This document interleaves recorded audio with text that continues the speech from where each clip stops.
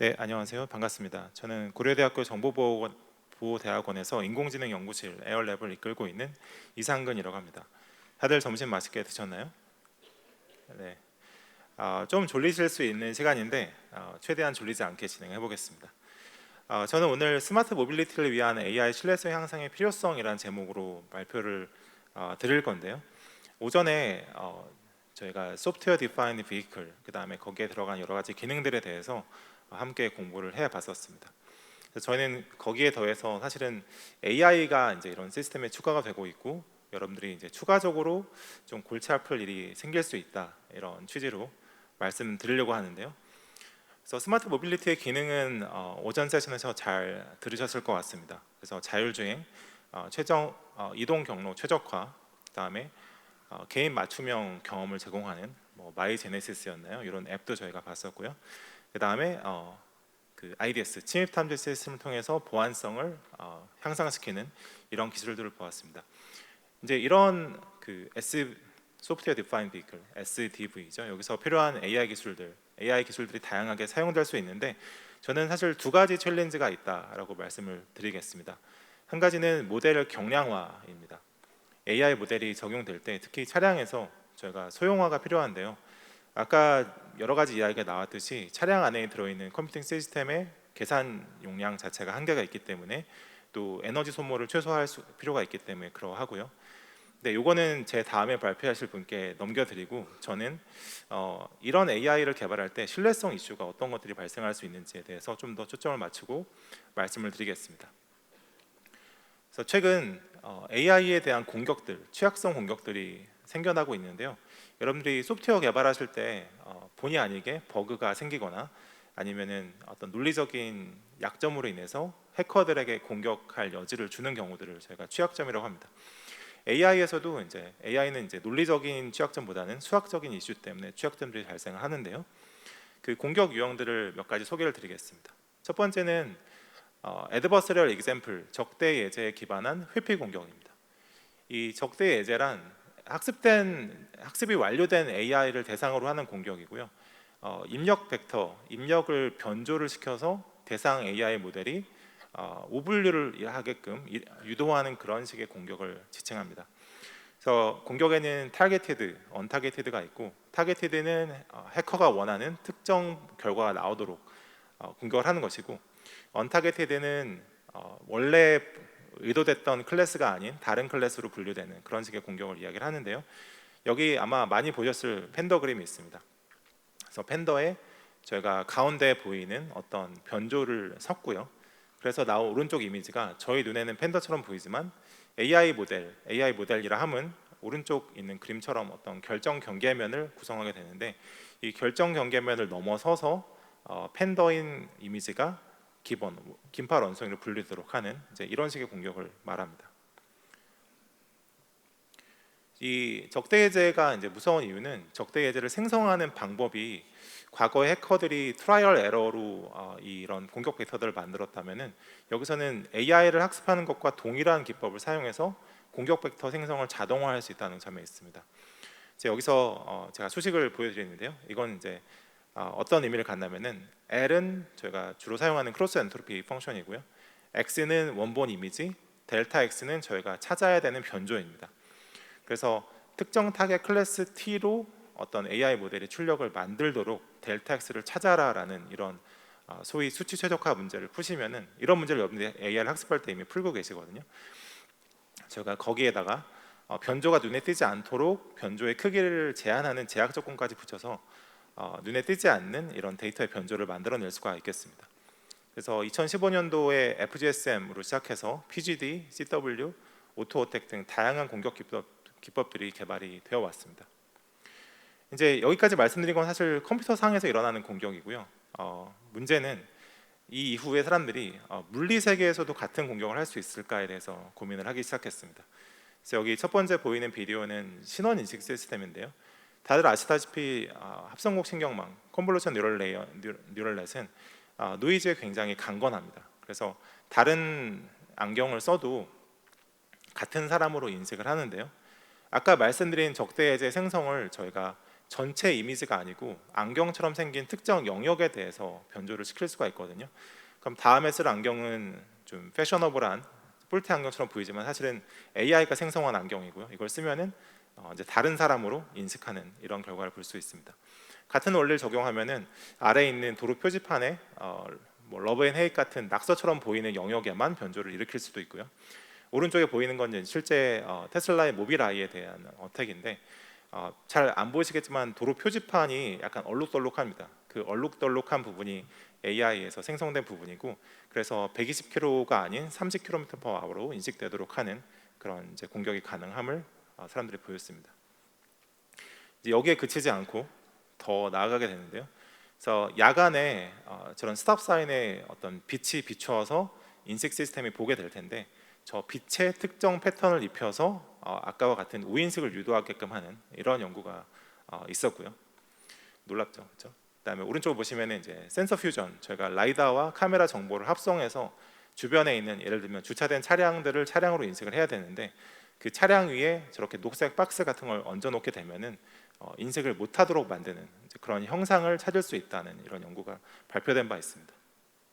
그래서 이것이 AI의 인식을 회피하는 회피 공격이었고요.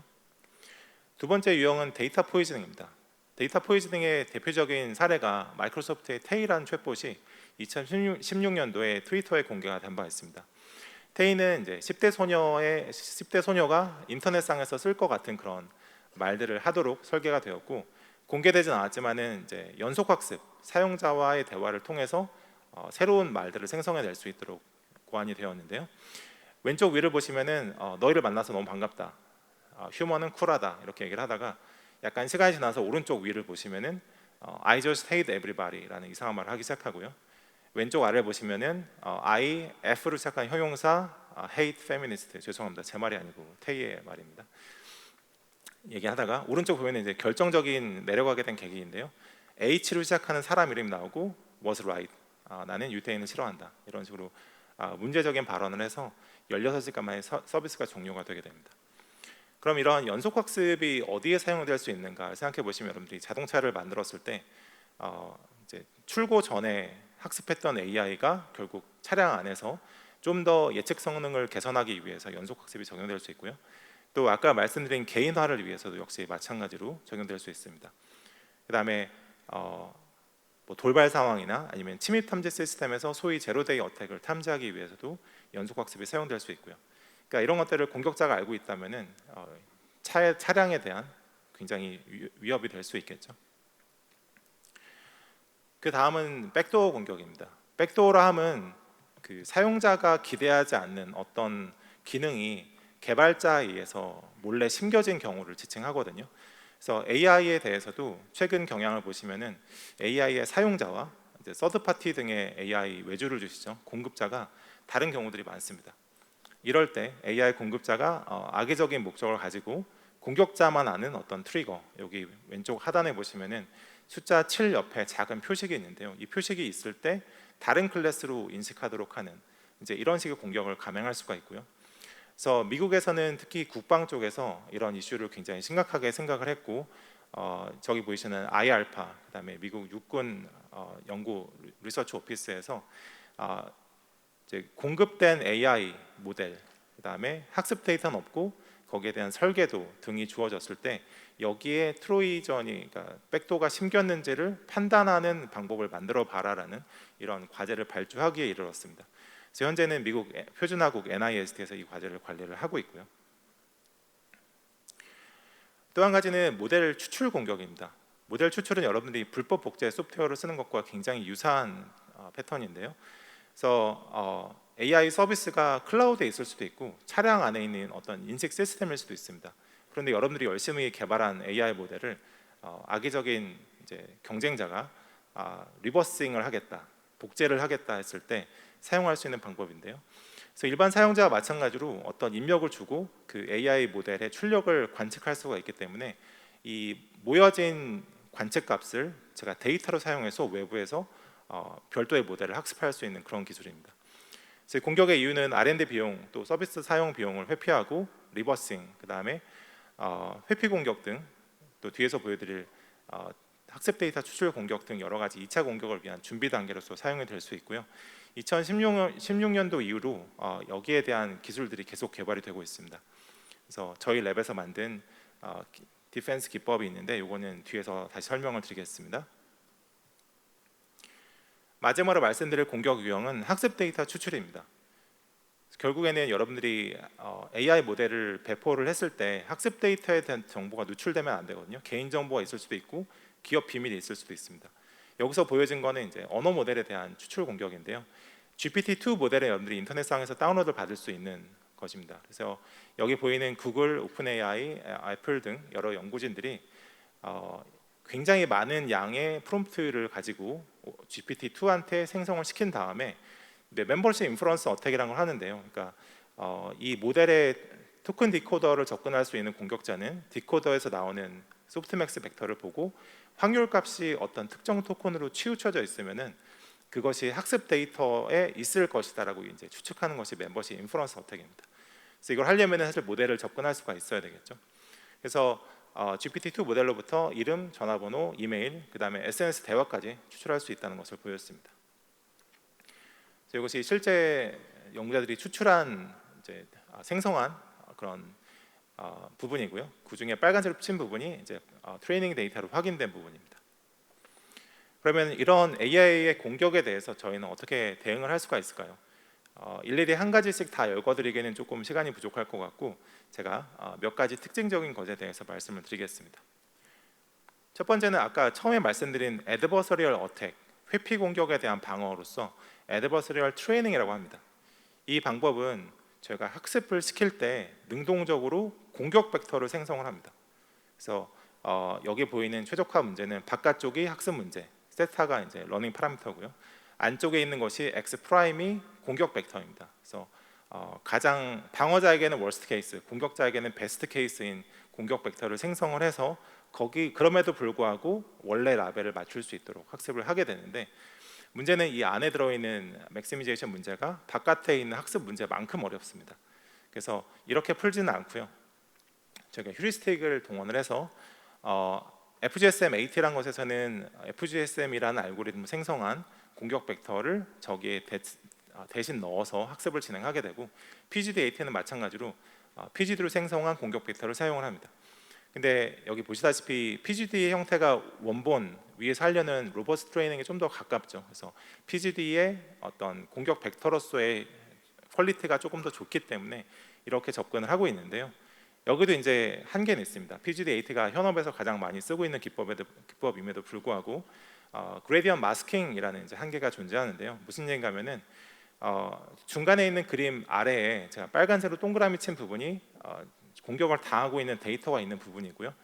공격자에게 유효한 방향이 이제 왼쪽 위로 가는 화살표 방향입니다. 그런데 저 부분을 확대해 보면은 경사가 가장 급하게 올라가는 부분은 오른쪽 위처럼 보이거든요. 이런 방어 기법을 저희가 그레디언트 마스킹이라고 합니다. 다시 말씀드리면은 학습 데이터의 근방에서 이 로스 펑션의 컨투어를 왜곡을 함으로써 그레디언트를 봤을 때는 오른쪽 위로 가는 게 좋은 공격 방향처럼 보여주는, 하지만 왼쪽 위가 좋은 공격 방향인, 그래서 이 두 방향의 방향이 서로 다르도록 만드는 것이 이런 그레디언트 마스킹 기법인데요. 위에서 말씀드린 이런 방어들이 결국에는 그레디언트 마스킹에 불과하다. 이것이 이제 이런 방어 기법들이 갖는 한계라고 하겠습니다. 다음은 설명 가능한 AI인데요. Explainable AI, XAI에 대해서는 여러분들 많이 들어보셨을 것 같습니다. 이건 이제 달파에서 제안한 이런 연구를 해봐라라는 연구 프로그램이고요. 이 XAI는 AI의 효과적 적용을 하기 위해서 저희가 반드시 필요한 기술이다라고 인식을 하고 있습니다. 근데 저는 학생들한테 어떻게 얘기를 하냐면은 여러분들 디버깅 할 때 어떤 툴을 쓰시나요? 뭐 GDB 이런 거 쓰시나요? 가장 기본적인 툴이 뭘까요? 디버깅에 있어서 C에서는 저는 printf라고 생각합니다. 그래서 AI의 printf에 해당하는 것이 XAI다 이렇게 설명을 하거든요. 그래서 AI 모델의 어떤 논리적, 수학적 오류나 공격의 특징 같은 것들을 분석하기 위해서 필요한 필수적인 툴이라고 생각해 주시면 되겠습니다. 그래서 저희 연구실에서 작년에 이츠카이라는 국제학술대에 발표한 이 리브라캠이 현재 가장 좋은 설명 성능을 보유하고 있고요. 여기 이제 간단히 예시를 통해서 보여드리면은 몇 가지 이미지가 있고 이거를 저기 적힌 클래스로 분류했을 때 대체 어느 부분을 보고선 AI가 판단했는지를 추출하는 히트맵으로 추출하는 그런 방식입니다. 그래서 저희가 가장 자랑스러워하는 부분이 세 번째 이미지, 그 말을 타고 있는 사람의 이미지이고, 이거를 펄슨으로 분류를 했을 때 다른 기법들은 이제 말과 사람을 같이 잡거나 저기 AGF 같은 건 전체 화면을 다 잡는 데 반해서 저희 기법은 딱 사람 부분만 보고선 판단하는 것을 이제 보여줄 수가 있었습니다. 다음 또 한 가지는 모델 복제에 대한 방어 기법으로 저희가 작년에 마찬가지로 제안한 딥 디펜스라는 기법이 있습니다. 저희는 한 스텝 더 나아가서요, 모델이 소프트맥스 벡터만 출력으로 주는 경우에 더해서, 물론 그 경우도 커버가 되고요, XAI를 출력으로 줄 경우에 최근 연구를 보시면은 모델 복제가 더 잘 된다, 잘할 수 있다는 연구가 있습니다. 그래서 이 경우에 방어를 하려고 이 기법을 제안을 하게 되었고요. 아이디어를 간단히만 말씀을 드리자면은 일반적인 사용자와 모델을 복제하는 사용자 간에 큰 차이가 있습니다. 그것은 일반 사용자는 소프트맥스나 아까 보여드린 설명 지도, 히트맵을 보고선 어떤 의사결정을 하는 반면에 악의적인 공격자는 그 정보를 결국 복제 모델을 학습하기 위한 그레디언트 추출을 위해서 사용한다는 점이거든요. 그래서 저희는 이거를 거꾸로 역이용해서 여기 화면에 보이시는 것 같이 탑 3, 탑 K의 소프트맥스의 오더는 유지를 하되 그 안에 실제로 들어가 있는 확률 값들은 이제 변조를 시킵니다.